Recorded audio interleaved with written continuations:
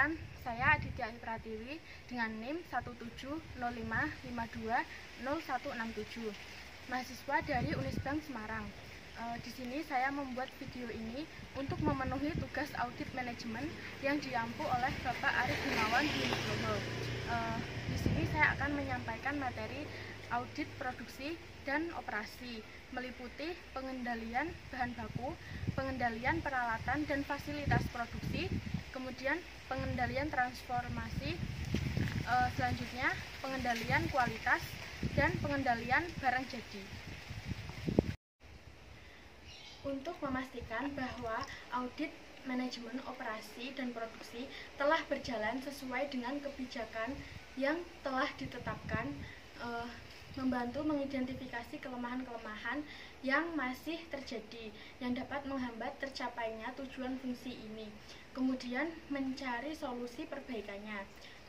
Perusahaan melakukan audit atas fungsi produksi dan operasi, baik yang dilakukan secara ad hoc maupun secara periodik. Pengertian audit produksi dan operasi. Audit produksi dan operasi melakukan penilaian secara komprehensif terhadap keseluruhan fungsi produksi dan operasi untuk menentukan apakah fungsi tersebut telah berjalan dengan memuaskan secara ekonomis, efektif, dan efisien. Audit operasi dan produksi ini dilakukan tidak hanya terbatas pada unit produksi, tetapi juga berlaku untuk keseluruhan proses produksi dan operasi. Kemudian juga berperan melengkapi fungsi pengendalian kualitas. Beberapa alasan yang mendasari perlu disajikannya audit ini yaitu antara lain, yang pertama, proses produksi dan operasi harus berjalan sesuai dengan prosedur yang telah ditetapkan. Kekurangan atau kelemahan yang terjadi harus ditemukan sehingga segera dapat diperbaiki. Selanjutnya, konsekuensi berjalannya proses harus diungkapkan. Pendekatan proaktif harus menjadi dasar dalam peningkatan proses.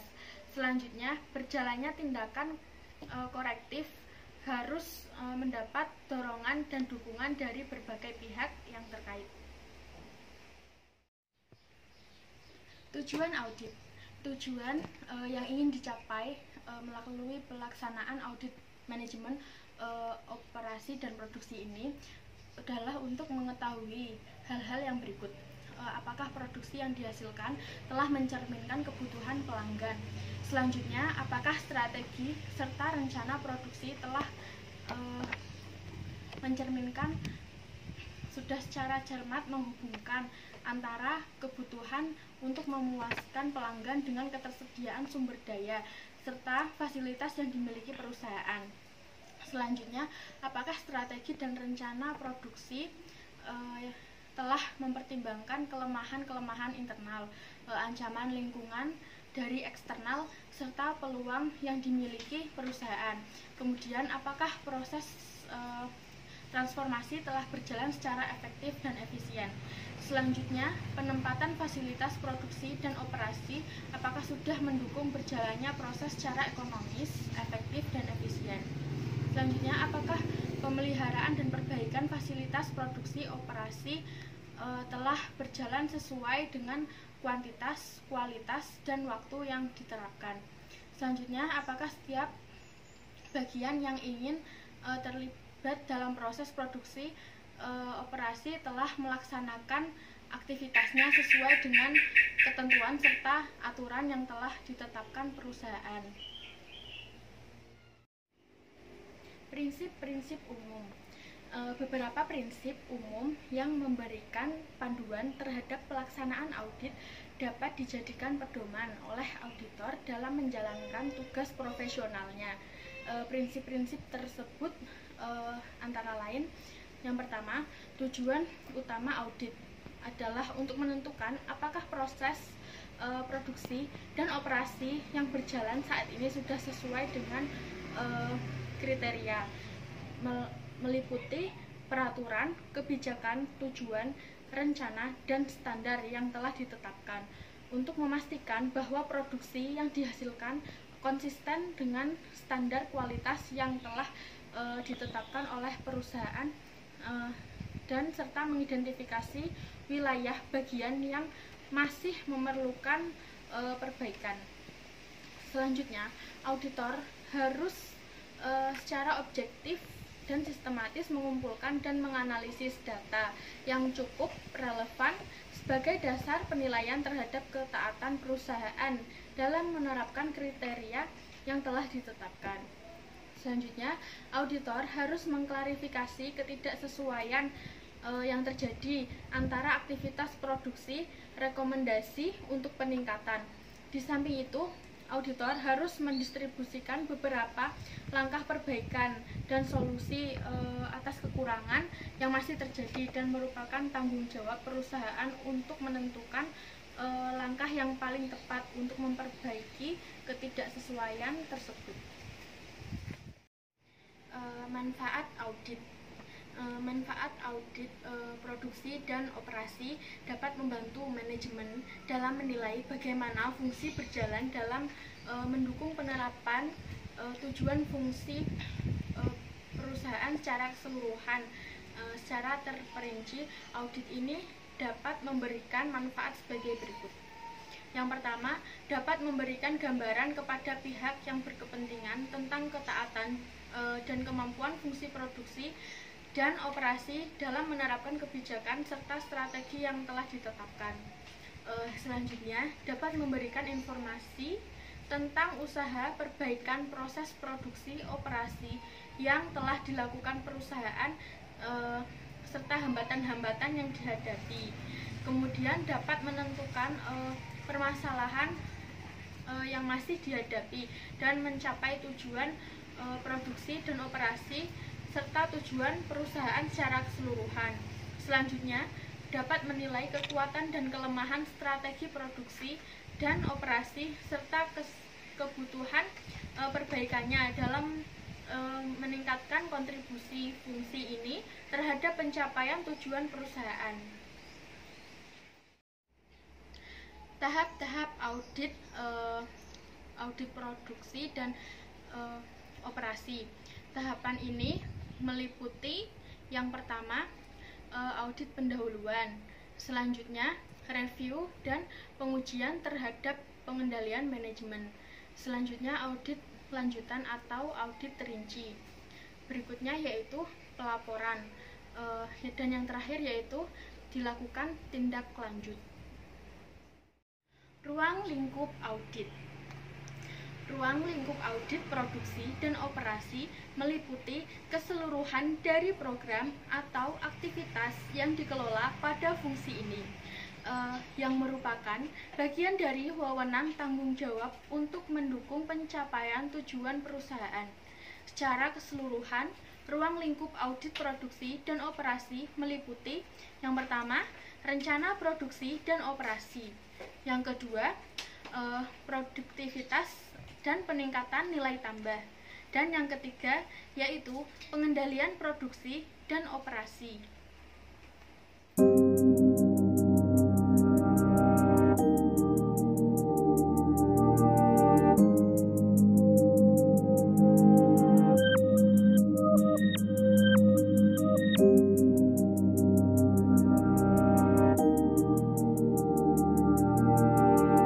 Tujuan utama dari pengendalian audit manajemen operasi dan produksi yaitu yang pertama, memaksimalkan tingkat pelayanan. Pengendalian harus menjamin bahwa pelayanan telah diberikan secara tepat. Beberapa elemen yang harus mendapat perhatian khusus adalah kualitas produk, ketersediaan produk jika diinginkan, harga yang kompetitif, penyediaan untuk stok, pengamanan, dan penyerahan yang tepat waktu. Proses harus memahami bahwa pelanggan harus dilayani dengan tepat, bukan saja pelanggan eksternal, tetapi yang tidak kalah pentingnya adalah pelanggan internal. Kemudian yang kedua yaitu meminimalkan investasi pada persediaan. Pengendalian harus mampu memandu seluruh aktivitas utama dan pendukung manufaktur ke dalam suatu proses yang terintegrasi, sehingga proses berjalan sesuai dengan rencana dan jadwal yang telah ditentukan. Aktivitas pemesanan dan penerimaan bahan harus terintegrasi dan telah ditentukan. Aktivitas penerimaan dan pemesanan bahan harus terintegrasi dengan jadwal produksi. Demikian juga jadwal produksi harus terintegrasi dengan rencana atau jadwal penyerahan kepada pelanggan. Semua hubungan ini harus berjalan seperti halnya hubungan pelanggan pemasok, di mana setiap pemasok harus memuaskan pelanggannya. Pengendalian yang baik akan mencapai arus produksi yang mulus atau smooth production flow dengan persediaan yang minimum dan waktu tunggu yang pendek. Efisiensi produksi dan operasi. Untuk memperoleh harga yang kompetitif, pengendalian harus meminimalkan biaya-biaya yang terjadi dalam produksi dan operasi. Efisiensi produksi dan operasi adalah sesuatu yang mutlak yang harus menjadi budaya kerja pada setiap bagian yang terlibat dalam proses produksi dan operasi.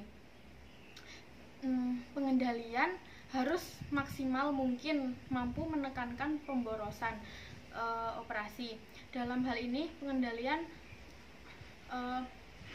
harus mengurangi pemborosan aktivitas yang tidak bernilai tambah yang terjadi. Kemudian perhatian khusus diberikan terhadap supervisi pabrik dan tenaga kerja yang tidak langsung, dukungan dan keterlibatan pekerja, kesiapan mesin dan peralatan, fasilitas pendukung yang efektif, dan berbagai hal lain yang berpengaruh baik langsung maupun tidak langsung.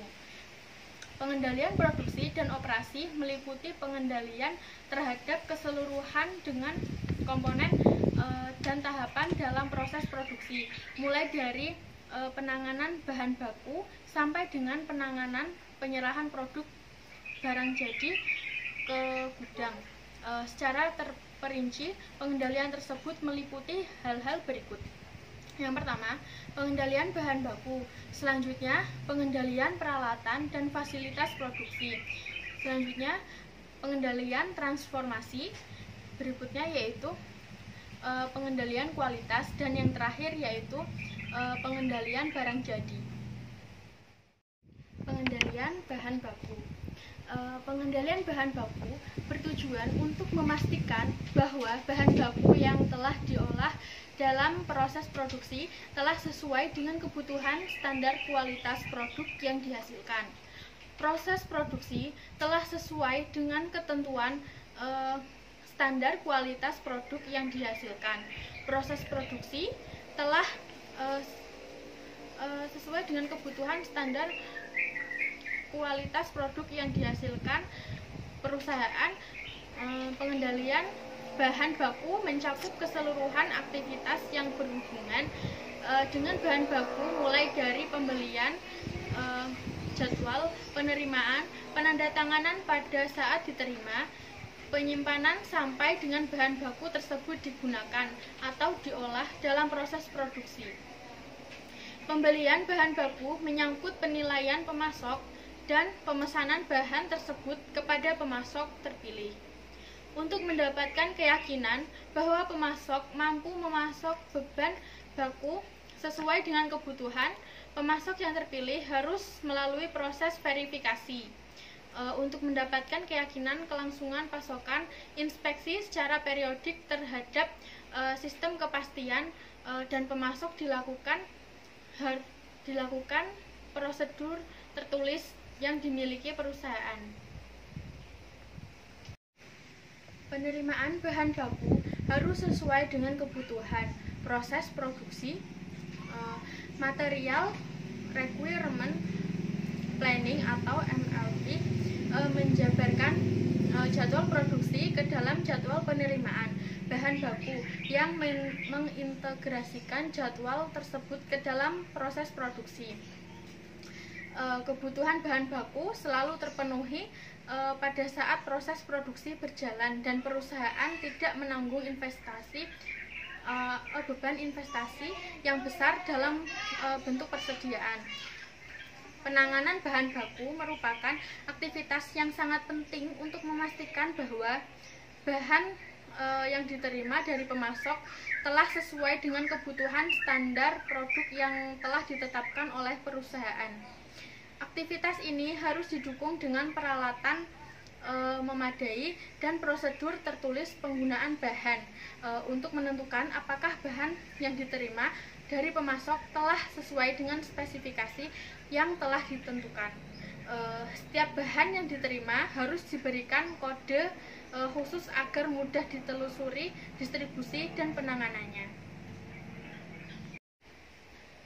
Inspeksi penanganan bahan harus melalui audit fisik barang yang diterima untuk menentukan kesesuaian bahan dengan spesifikasi yang telah ditentukan. Perusahaan harus melalui teknik sampling tertulis untuk pengambilan sampel yang konsisten pada setiap pengujian. Penanganan bahan harus memisahkan bahan yang tidak sesuai dengan spesifikasi untuk menghindari penyalahgunaannya dalam proses produksi. Setelah beban dinyatakan memenuhi spesifikasi, penanganan berikutnya berkaitan dengan penyimpanan yang memadai, sehingga barang tidak mudah rusak atau terkontaminasi bahan-bahan lain. Kebijakan mendapatkan garansi dari pemasok sampai bahan diolah dalam proses produksi dapat menghindari kerugian yang terjadi sebagai akibat kerusakan sebelum masuk proses produksi. Aktivitas penanganan bahan merupakan salah satu dari pencegahan terjadinya kegagalan produk memenuhi spesifikasinya. Aktivitas ini akan semakin berkurang dengan telah terjadinya kemitraan dengan pemasok, di mana komitmen pemasok untuk memberikan bahan baku sesuai dengan standar kebutuhan perusahaan dalam menghasilkan produk berkualitas sesuai dengan spesifikasi pelanggan dituangkan dalam bentuk kontrak jangka panjang. Pengendalian peralatan dan fasilitas produksi. Pengendalian peralatan dan fasilitas produksi bertujuan untuk memastikan bahwa semua peralatan fasilitas produksi ada dalam keadaan siap untuk melaksanakan proses produksi sesuai dengan ketentuan penggunaannya. Desain penempatan peralatan yang tepat menjadi faktor utama berjalannya proses produksi secara efektif dan efisien, serta mampu menghasilkan produk yang sesuai dengan yang telah dijadwalkan. Seluruh peralatan dan fasilitas produksi lainnya harus sesuai dengan ukuran dan desain produksi yang telah ditentukan. Peralatan ini harus berada pada tempat yang tepat sesuai dengan kebutuhan proses produksi yang efektif dan efisien. Perusahaan harus memiliki satu prosedur yang tertulis yang menjadi pedoman penggunaan, pemeliharaan, dan perbaikan peralatan dan fasilitas produksi lainnya. Prosedur tersebut secara jelas memuat tentang pedoman setiap mesin, setiap yang diperlukan untuk mendukung kelancaran proses produksi. Kemudian penempatan fasilitas dan peralatan harus sesuai dengan karakteristik dan metode produksi yang ditetapkan, sehingga arus material dalam proses produksi dapat berjalan secara efektif dan efisien. Di samping itu, pengelolaan fasilitas peralatan produksi harus didukung oleh pedoman penggunaan dan pemeliharaan. Pedoman ini berfungsi untuk melindungi operator dari kecelakaan akibat tidak bisa mengoperasikan peralatan dan melindungi peralatan dari kerusakan karena jadwal pemeliharaan dan perbaikan yang tidak tepat waktu. Pengendalian transformasi. Fungsi Transformasi mengolah input menjadi output sesuai dengan standar yang telah ditetapkan. Pengendalian transformasi ini memegang peranan penting dalam memastikan bahwa proses pengelolaan ini berjalan sesuai dengan kebutuhan proses yang efektif dan efisien. Pada proses pengelolaan ini berjalan sesuai dengan kebutuhan proses yang efektif dan efisien. Pada pengendalian ini, tugas seorang tim pengendali kualitas atau quality control sangat penting untuk memastikan bahwa proses yang berjalan menghasilkan produk yang tepat meliputi kuantitas, kualitas, dan waktu, dan pengorbanan yang minim. Setiap proses harus mendapatkan pengesahan dari bagian yang berwenang. Perusahaan harus memiliki prosedur produksi secara tertulis yang memberikan pedoman tentang hal-hal yang harus terpenuhi sebelum proses produksi dimulai. Prosedur ini mencakup tentang kesiapan fasilitas produksi sebelum dioperasikan. Pejabat yang berwenang memberikan persetujuan dan pengesahan produksi sebelum dijalankan. Individu atau kelompok yang melaksanakan dan bertanggung jawab atas proses yang dijalankan, serta ketentuan-ketentuan lain yang mengatur jalannya proses produksi, termasuk penanganan jika terjadi kemacetan proses atau bottleneck, untuk memastikan bahwa produksi yang dihasilkan telah mampu memenuhi spesifikasinya. Berbagai pengujian dalam proses produksi dilakukan. Perusahaan harus memiliki prosedur tertulis untuk memonitor apakah proses yang telah berjalan sesuai dengan ketentuan, sehingga mampu menghasilkan output sesuai dengan direncanakan. Prosedur ini mencakup tentang teknik penentuan sampel, memonitor output, dan pengesahan produk jadi untuk dimasukkan ke dalam gudang atau langsung diserahkan kepada pelanggan. Penerapan prosedur ini bertujuan untuk mencegah terjadinya kegagalan produk, baik kegagalan internal maupun kegagalan eksternal. Pengerjaan ulang karena kesalahan proses harus mendapatkan pengendalian yang memadai. Perusahaan harus menekan maksimal terjadinya pengerjaan ulang terhadap produk gagal memenuhi spesifikasinya, karena merupakan salah satu sumber pemborosan yang berakibat pada tidak efisiennya proses yang berjalan.